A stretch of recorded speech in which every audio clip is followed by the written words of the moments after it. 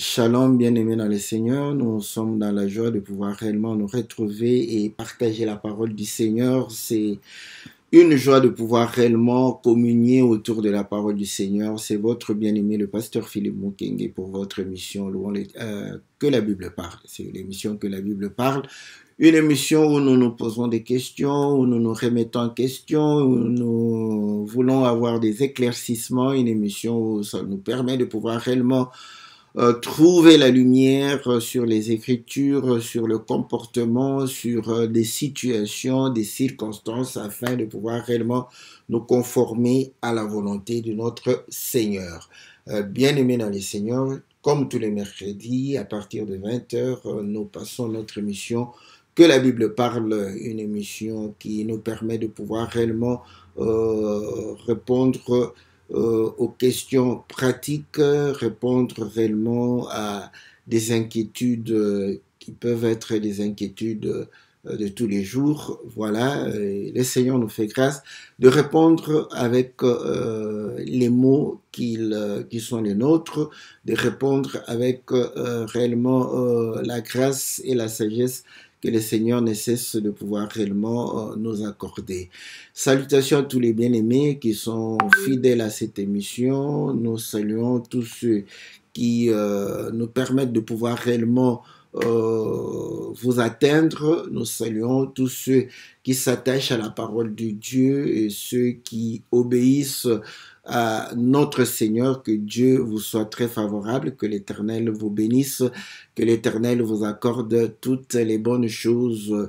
Voilà, salutations à tous les bien-aimés qui sont fidèles à cette émission. Nous saluons le bien-aimé Peter Mokwa, nous saluons la sœur Véro, nous saluons la sœur Bibiche, nous saluons le bien-aimé Ghislain, nous saluons le bien-aimé Gabin, nous saluons la sœur Bia, la sœur Sylvie, la sœur Cathy, nous saluons la sœur Véronique, nous saluons la sœur Valérie, Charlotte, nous saluons toutes celles qui nous accompagnent tout au long de nos émissions. Que l'Éternel vous soit très favorable, que l'Éternel vous bénisse, que l'Éternel puisse multiplier réellement ses faveurs sur chacun de vous dans le nom puissant et glorieux de notre Seigneur Jésus. Nous n'oublions pas la sœur Ida, la sœur Karine. Nous croyons que Dieu nous sera favorable. Et nous nous sommes posé la question, peut-être que vous vous êtes posé aussi cette question-là, est-ce que je suis vraiment dans le bon? Est-ce que là où c'est que ma croyance est-elle réellement fondée sur la vérité ou suis-je encore en train de pouvoir tâtonner? Et je sais que lorsque nous posons des questions comme ça à certains frères, certaines sœurs, si ils ont l'assurance du salut, c'est là où on voit qu'il y a parfois des doutes. Les gens hésitent. Bon, peut-être c'est par humilité, peut-être par le fait d'incertitude. Donc voilà, ça ce sont des choses que les gens peuvent se poser. Et je vous dis que lorsque nous croyons à quelque chose, en tout cas, ceux qui croient avec zèle, tout cela pensent certainement qu'ils sont dans le bon. Voilà. Donc, c'est pour cette raison aussi que parfois les gens posent des questions pour dire que mais pourquoi les chrétiens sont divisés? Ils devraient être unis. Donc, parce que chacun croit, n'est-ce pas, que là où il est, c'est bon et qu'ailleurs, parfois, ce n'est pas bon. Ceux qui n'ont pas ces convictions, ce sont, certainement, ils feront partie des pigeons voyageurs, donc ils peuvent aller par-ci, par-là, parce que, voilà, ils ne sont pas convaincus. Ça, ce sont des questions que nous devons nous poser, c'est capital, on nous a posé la question, bon, mais voilà, mais ceux qui sont dans l'ignorance, comment ils sauront qu'ils sont dans l'ignorance? Qu'est-ce qui peut faire qu'ils puissent se rendre compte qu'ils sont dans l'ignorance? Bon, la vérité est que Je ne sais pas, je ne crois pas que qu'il y ait quelque chose qui puisse leur faire qu'ils comprennent qu'ils sont dans l'ignorance. Donc, écoutez, si nous étions nés dans un monde, dans le monde musulman, est-ce que vous croyez que nous aurions peut-être cru à la parole que nous avons aujourd'hui?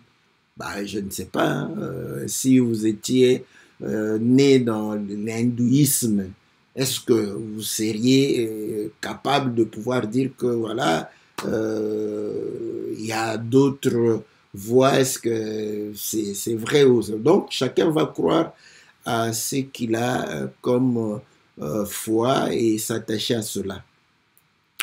Donc, vous voyez que si nous laissons nos sentiments, les premiers sentiments en nous, chacun croira que, voilà, il est dans le bon.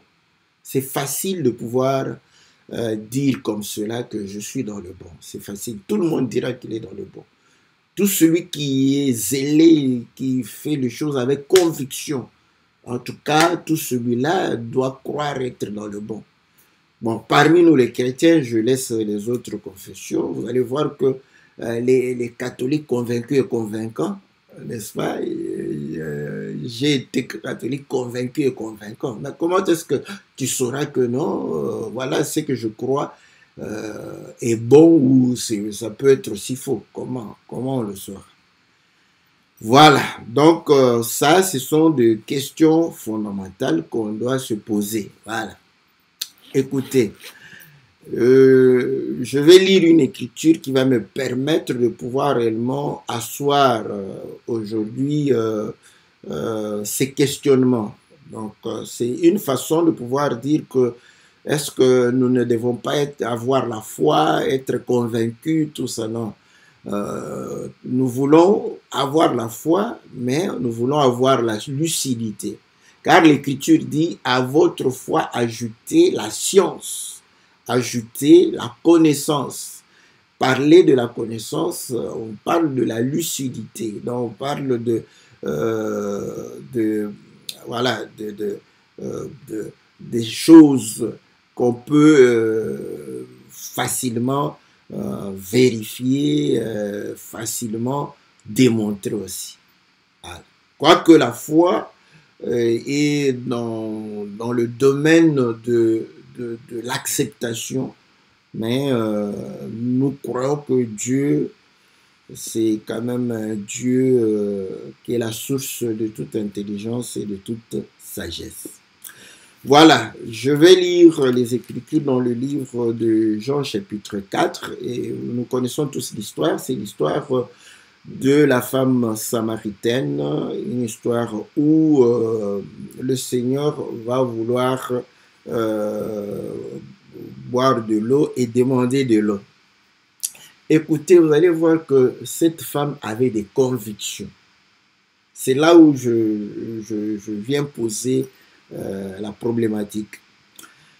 Je commence au verset 15, 17. Voilà. La femme répondit, je n'ai point de mari, je n'ai point... Jésus lui dit, tu as eu raison de dire, je n'ai point de mari. Car tu as eu 5 maris et celui que tu as maintenant n'est pas ton mari. En cela, tu as dit vrai. Seigneur, lui dit la femme, je vois que tu es prophète. Maintenant, vous voyez, maintenant quand il découvre cet aspect du Seigneur, que non, c'est un homme qui voit au-delà de ce qui peut paraître, donc il doit être prophète. Maintenant, elle va poser la question, elle va dire au Seigneur, voilà, nos pères ont adoré sur cette montagne, et vous dites, vous, que le lieu où il faut adorer est à Jérusalem. Femme, lui dit Jésus, crois-moi, l'heure vient où ce ne sera ni sur cette montagne, ni à Jérusalem, que vous adorerez le Père. Vous voyez? Donc, déjà, il y avait opposition entre elle et les Juifs. Elle avec leur père. Elle était dans une communauté où ils adoraient sur la montagne qui était au devant du Seigneur. Il dit que nos pères ont adoré sur cette montagne. Mais vous vous dites que le lieu où il faut adorer, c'est à Jérusalem.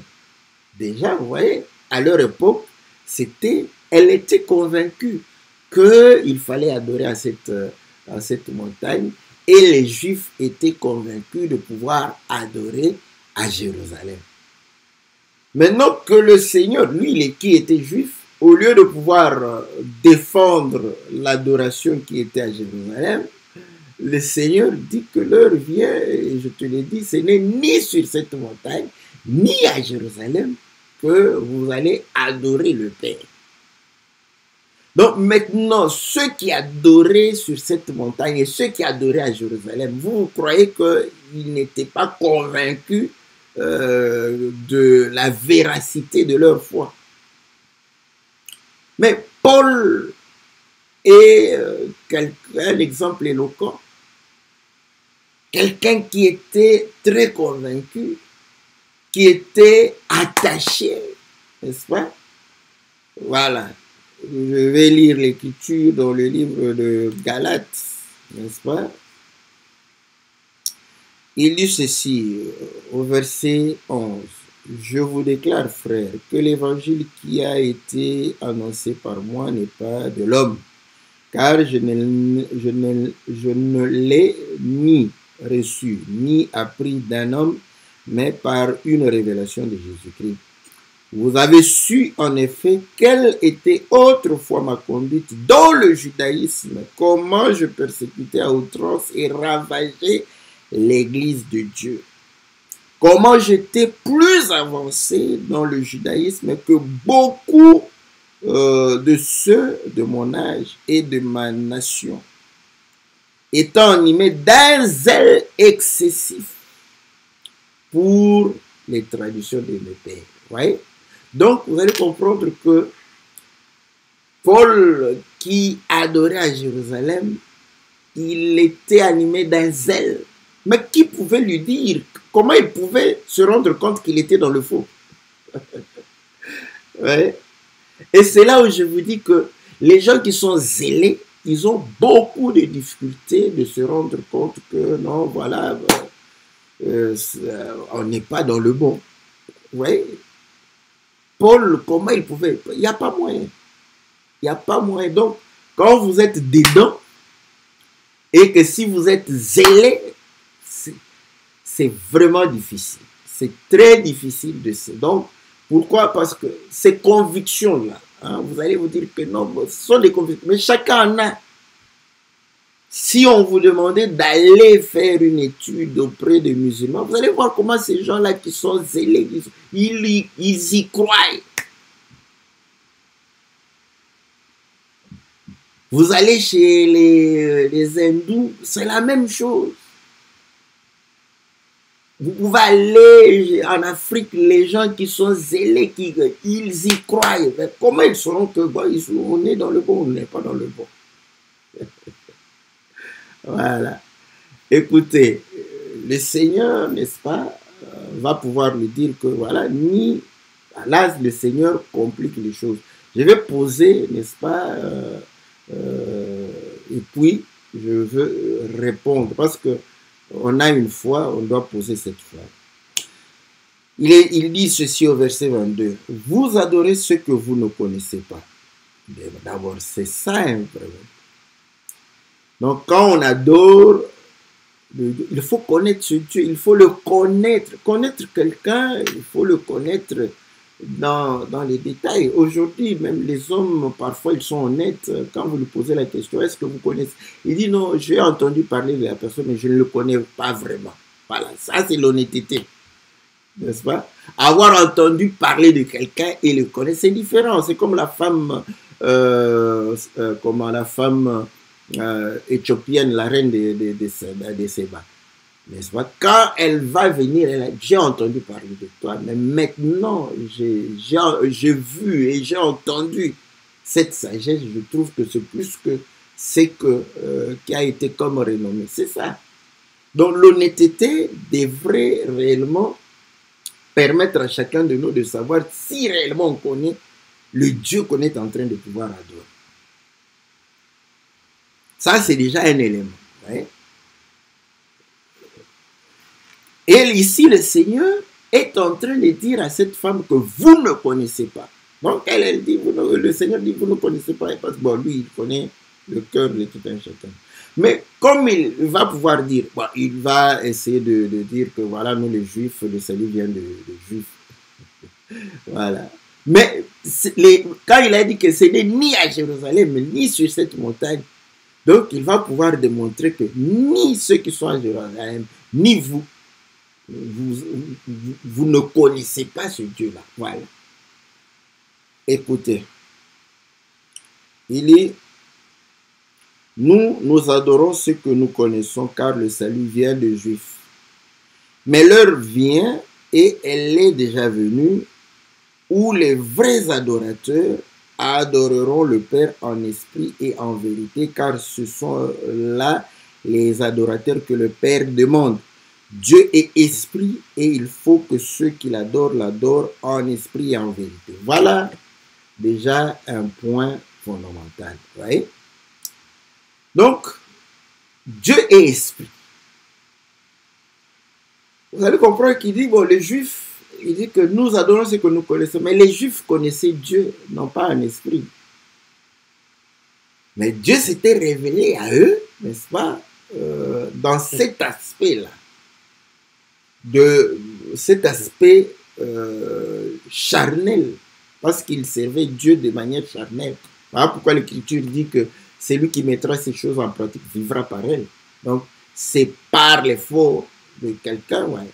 Mais il dit que Dieu est esprit. Donc, vous voyez, ceux qui adorent doivent adorer celui qui le connaît. Si Dieu est esprit, nous sommes charnels.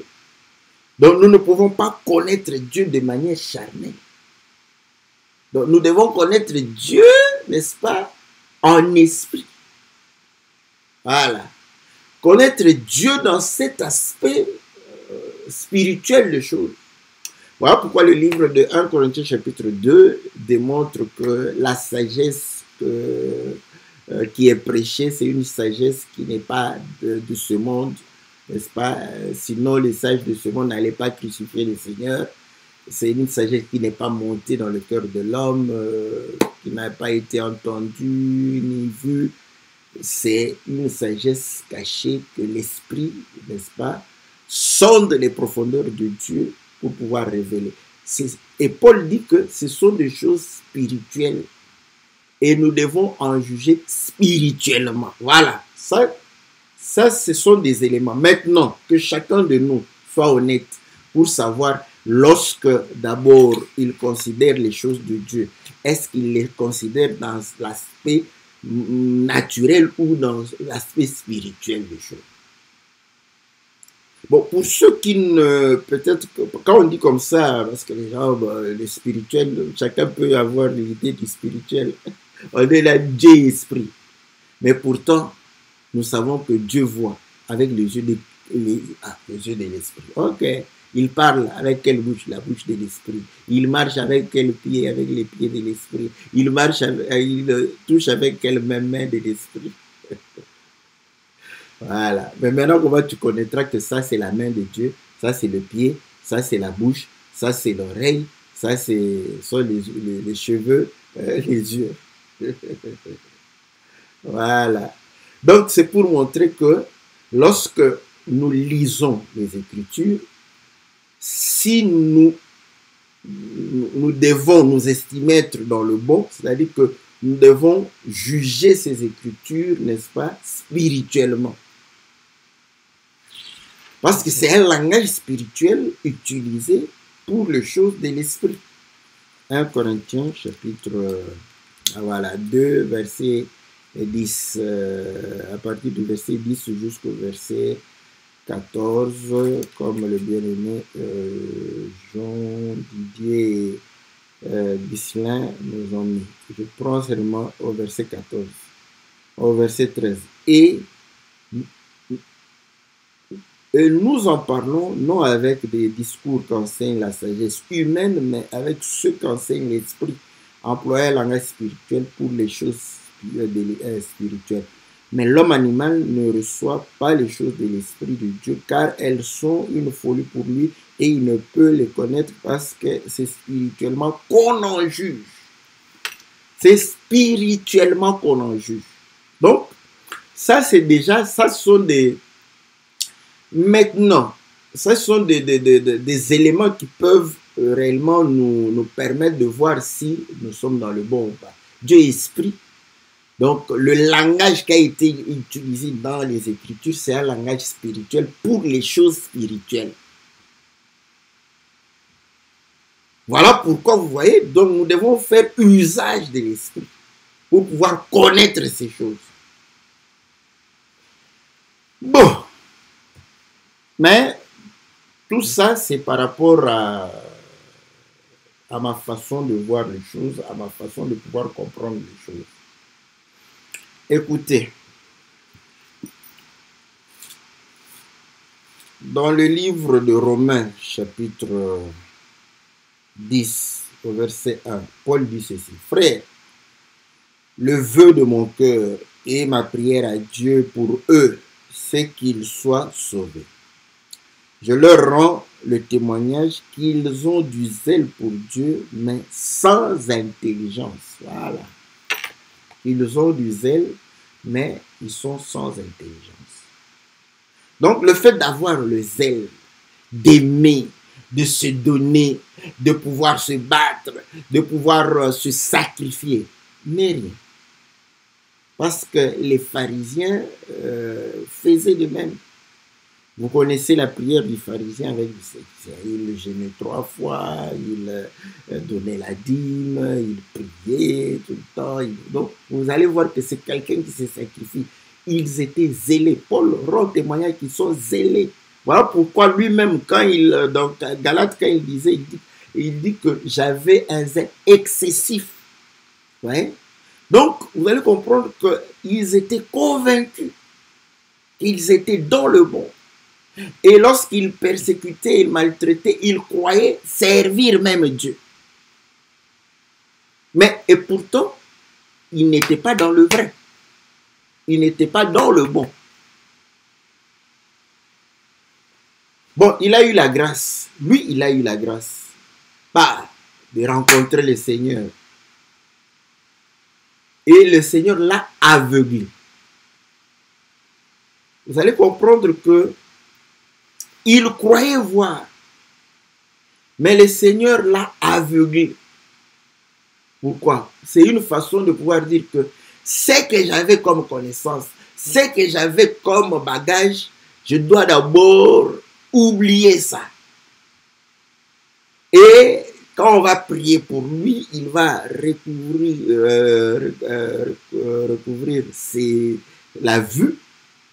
Donc vous allez comprendre que c'est pour montrer que donc je dois regarder ces choses d'une autre manière. Ouais. Mais c'est ce que chacun de nous devrait faire. Ouais. Essayer d'abandonner un peu sa façon de pouvoir voir et de vouloir voir autrement.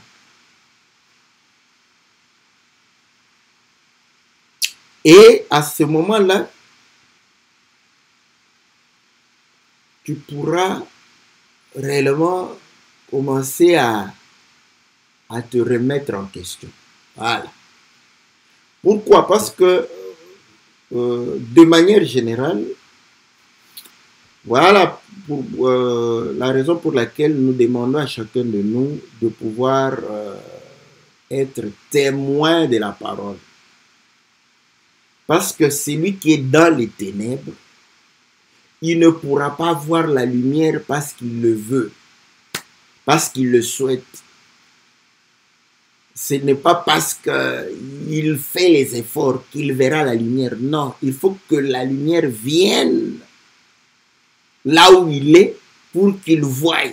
Donc nous avons tous le devoir de pouvoir témoigner ce que nous croyons avoir comme lumière. Ça, je dis pour tout le monde. Voilà. Mais maintenant, vous allez voir que moi, je crois d'une telle manière, toi, tu crois d'une autre manière. Mais maintenant, quand tu témoignes, moi aussi, je témoigne. Ah, c'est là où...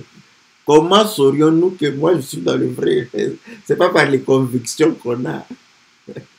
C'est là où je dis, la conversion de Paul peut nous aider à pouvoir comprendre que, ok, je vais d'abord mettre un peu à côté ce que j'ai comme façon de voir les choses et je vais voir si la façon dont le frère voit est correcte.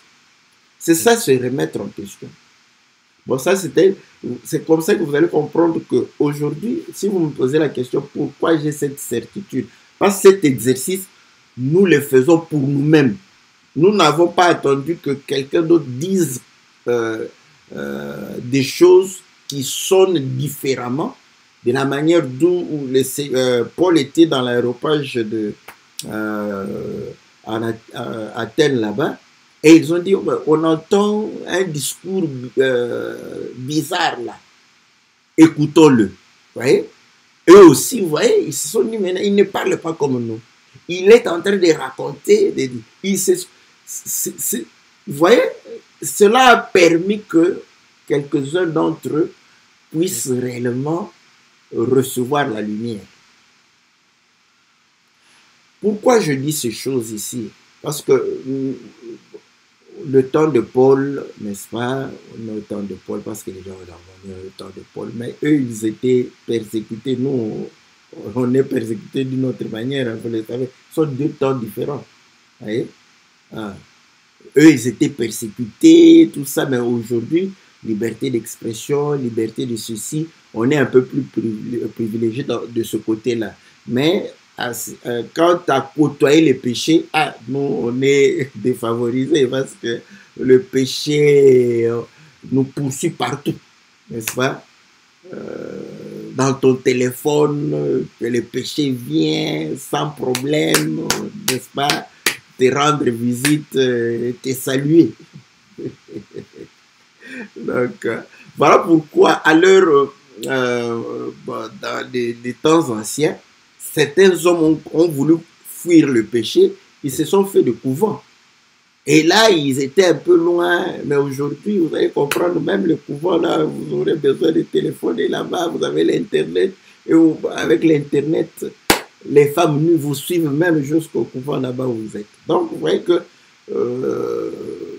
même si on n'est pas fouetté, tout ça, mais on est persécuté par, n'est-ce pas, des images. C'est de la violence. Ils nous font violence. On est persécuté, maltraité. Nous n'avons pas envie de voir les femmes nues à tout moment, mais vous regardez publicité, on vous amène une femme nue, tout ça. Voilà, donc nous n'avons pas les mêmes époques, mais nous n'échappons pas à des persécutions et à des tribulations. Donc voilà. Donc vous allez comprendre que aujourd'hui, n'est-ce pas, pour se certifier, quand même qu'on est dans le bon, je n'ai pas besoin que tu puisses nécessairement te remettre en question par rapport aux autres, mais par rapport à toi-même aussi. N'est-ce pas? C'est la remise en question. Voilà. Et ça, c'est ce qui fait que on puisse évoluer. Je vais donner l'exemple de la science. La science, ce sont des païens. Des païens. Et vous allez voir que la science, qu'on le veuille ou non, on parle des idéologies. C'est vrai que là, on ne parle pas en termes de foi, mais on parle en termes de convaincre. Voilà. Vous avez, eux-mêmes, ils ont divisé la science en sciences exactes, n'est-ce pas? Et en sciences, on dit, bon, inexactes ou humaines. Donc, voilà, où chacun donne ses idées, où chacun, n'est-ce pas, apporte sa façon de voir. Mais comment la science a évolué? Donc, raisonnons comment la science a évolué. Comment ils sont sûrs qu'ils sont dans le bon, eux? Nous ne sommes plus dans le domaine de la foi, mais nous parlons dans le domaine de la science. Comment ils sont sûrs qu'ils sont dans le bon? Parce qu'ils ont posé des principes. Vous allez comprendre que la science évolue par le principe de remise en question. Donc, une vérité, ils savent que c'est une vérité, mais ils se donnent la latitude de pouvoir remettre la vérité en question. Ils savent que c'est une vérité. Ils se donnent la latitude de remettre la vérité en question. Et deuxièmement, vous allez voir que ils procèdent aussi par des questionnements. Oui. Ils procèdent par des questionnements. Voilà pourquoi la recherche est basée sur l'hypothèse. L'hypothèse, c'est une question. Donc, vous voyez, ils se posent des questions et ils cherchent à trouver des réponses à ces questions-là. Et en cherchant, n'est-ce pas, avec des principes, des modes opératoires bien tracés, c'est comme ça qu'ils avancent dans la connaissance. Mais ils ne font que découvrir. Hein. Ils n'inventent pratiquement rien. Lavoisier l'a dit. Rien ne se crée, rien ne se perd. Tout se transforme. Scientifiquement, ils savent qu'ils n'inventent rien. Mais pour faire trembler le reste des populations, ils disent que ce sont des inventeurs. Mais ils savent qu'ils n'inventent rien. Ils ne font que découvrir et transformer les choses. Donc, vous allez voir que dans le principe de la science, on remet en question une vérité établie. Ce n'est pas une remise en question de rejet, non. On se dit, bon, oui, c'est vrai, ça a toujours été dit, pourquoi pas voir autrement. Et c'est comme ça.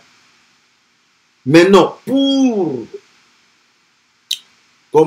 détruire cette vérité, il faut montrer l'inefficacité et la non-véracité de la thèse. Oui? C'est comme ça qu'ils... Oui? Les hommes païens qu'ils sont, ils ont trouvé un chemin pour pouvoir arriver à s'assurer. Mais il faut vraiment qu'on se pose... Vous voyez, c'est quelque chose où je ne remets pas la foi en question, mais il est dit à votre foi, ajoutez la science, la connaissance. Comment les hommes scientifiques, ils sont véritablement sûrs qu'ils vont aller jusqu'à Mars? Toi, chrétien que tu es, tu peux fermer les yeux, prie. Si tu auras la même certitude que tu vas aller à Mars. Tu vois, si on te dit maintenant, bon, on va te mettre toi seul dans la fusée, on te rassure, ça va arriver jusqu'à la station spatiale et quelqu'un va t'aider pour que tu entres là-bas. Ferme les yeux si tu vas croire à ça. Ouais? Mais eux, ils sont sûrs et certains que ça va aller. Pourquoi ils sont sûrs? Ouais? Parce qu'ils ont respecté des principes. Et ils ont respecté, n'est-ce pas, le fait de pouvoir laisser la vérité scientifique évoluer. Tout ça, vous croyez que c'est différent de la parole de Dieu? N'est-ce pas, dans Daniel, on a dit que celle de ces prophéties, c'est pour un temps, plusieurs liront et la connaissance va augmenter. Ils vont lire les mêmes choses, mais ils vont augmenter la connaissance. Ouais. Ça, ce sont des éléments qui peuvent réellement te montrer. Mais nous lisons les mêmes choses, mais la connaissance n'augmente pas. Les mêmes choses qu'on a lues en 1930. On vous lit ça en 2022. Et la connaissance n'augmente pas. Vous avez la même connaissance. Alors vous devez vous posez la question si je suis dans le bon, suis-je dans le bon?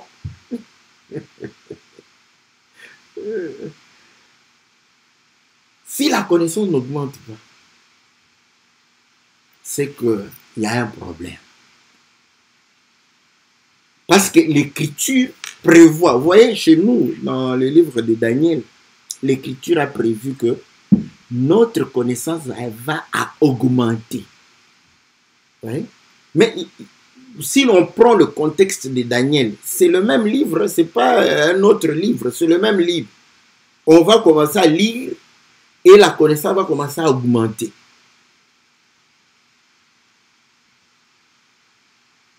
Et là, vous allez comprendre. C'est parce que le Seigneur dit cherchez, vous trouverez. Vous cherchez seulement les mariages, le travail, vous voyez, ça, ce sont des choses que vous cherchez. Et pourtant, lui-même a dit que à la résurrection, il n'y aura pas, n'est-ce pas, des femmes pour les hommes, il n'y aura pas des hommes pour les femmes. Mais vous continuez à chercher le mariage, tout ça.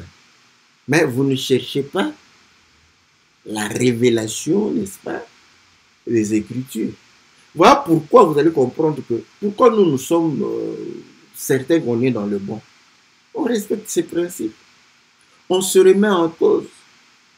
Voilà pourquoi on a des débats parfois interminables. Voilà. Mais bon, le petit défaut chez nous, c'est-à-dire que on n'a pas su établir des principes qui nous permettent d'évoluer tout en remettant en cause, n'est-ce pas, les problèmes que nous avons. Voilà. Donc, parfois, c'est ça, c'est ce qui fait que nous ne pouvons pas comprendre, n'est-ce pas, comment on commence à un peu tournoyer. Mais pourtant, les principes étaient bons. Bon, les sentiments parfois, vous voyez, la science, il y a du sentiment, mais ce sentiment doit être rationalisé. Parce que dites-moi, comme les sciences comme psychologie, sociologie, comme les sciences qu'on appelle les sciences humaines, n'est-ce pas? C'est l'anthropologie, on étudie les trucs des hommes, on étudie les choses des hommes, c'est tout. Il n'y a pas à pouvoir réellement comprendre autre chose. Donc, vous allez comprendre une chose que tout en sachant, ils savent que voilà, si je ne parviens pas à démontrer la non-véracité, je peux au moins montrer la véracité de ce que je suis en train de pouvoir dire, tout en conservant, n'est-ce pas, ce qui a été dit. Voilà pourquoi les sciences comme l'économie, vous savez que l'économie, on dit que ce n'est pas une science exacte. Vous savez pourquoi que ce n'est pas une science? En fait, c'est exact, mais ce n'est pas une science qui va mettre tout le monde d'accord. C'est ça ce que cela voudrait dire. Science exacte veut dire, n'est-ce pas, une science qui met tout le monde d'accord. 1 plus 1 est égal à 2. Voilà. Vous prenez un Mongol, il vient, il va dire que 1 plus 1 est égal à 2. Vous prenez un Pygmée, il vient, 1 plus 1 est égal à 2. Donc ça met tout le monde d'accord, n'est-ce pas? Mais non, par exemple, en économie, bah, on peut dire que voilà, si vous donnez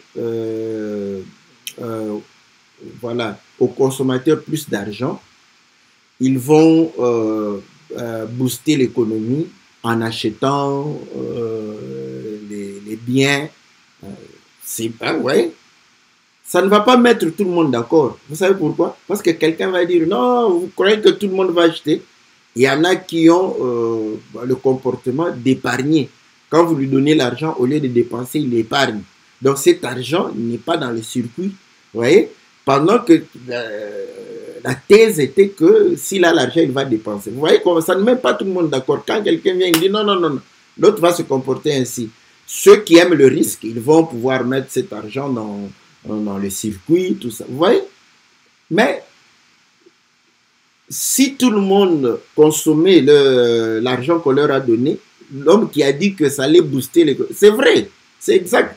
Vous voyez? Mais quand on dit que ce n'est pas une science exacte, ce ne veut pas dire que les théorèmes qu'ils disent sont des faux. Non, non, non. Et c'est comme ça que la parole de Dieu est vaste. Il y a des gens qui disent, mais on a fait la même chose. Pourquoi lui, il a été pardonné, moi, je ne suis pas pardonné. Vous voyez, c'est là où tu raisonnes comme si on était en mathématiques. On n'est pas en mathématiques. Nous avons vu que lui, il a fait sans préméditation. C'est normal. On ne va pas le sanctionner, toi qui as prémédité la chose. Ouais. Donc, l'Écriture dit ceci, dans 1 Jean, je crois, chapitre 3, si je ne me trompe pas, on dit « Éprouvez tout esprit » pour savoir si cela vient de Dieu. Mais on éprouve avec quoi? On éprouve avec des questions. Vous voyez? Vous voyez qu'en science, le questionnement fait progresser. Ici, on dit d'éprouver pour la véracité. Donc, les questions permettent à ceux qui posent des questions de trouver des réponses. Parce que vous allez poser à Dieu ces questions-là. Et Dieu va vous répondre. Demandez, il vous sera donné. Bon, vous demandez quoi? Vous demandez le travail, vous demandez la promotion, vous ne demandez jamais, Seigneur Jésus, mais cette écriture, qu'est-ce que cela voudrait dire? Ah, ça, tu ne demandes jamais. Tu demandes savoir la promotion, tu demandes, vous voyez? Ça, ce sont... Vous allez comprendre que les hommes, n'est-ce pas, ont une science qu'aujourd'hui, même nous les chrétiens, vous savez quand dans les années 70, tout ça, surtout nous qui étions en Afrique là-bas, on boudait la science. Certains ont voulu déchirer leur diplôme, on boudait beaucoup, surtout avec le truc de Darwin. Vous voyez, aujourd'hui, on parle de moins en moins de Darwin, mais la science, vous voyez. Donc, vous allez comprendre que nous boudions cela, n'est-ce pas? Parce qu'on trouvait que non, non, non, non, non, mais ça contredit la parole, ça contredit ceci, ça contredit. Parce que nous, on ne voulait pas se remettre en question.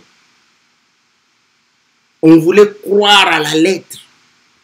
Bon, plus tu lis la Bible, plus tu la maîtrises, plus tu comprendras que, oh, mais ici, il a été écrit, il y avait un aveugle. Ici, on a écrit 2 aveugles. Mais c'est quoi, c'est comment? Mais c'est la même, c'est le même récit, c'est le même fait. Pourquoi ici 2, là-bas 1? Ah, là, il faut se poser des questions. Mais qui dit vrai et qui dit faux?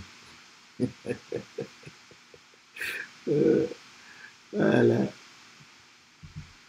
Donc, vous allez comprendre que les questions, ceux qui se posent des questions, ceux qui se remettent en question, ceux, n'est-ce pas, qui cherchent à comprendre ces choses, non sur le plan charnel, mais sur le plan spirituel, car Dieu est esprit.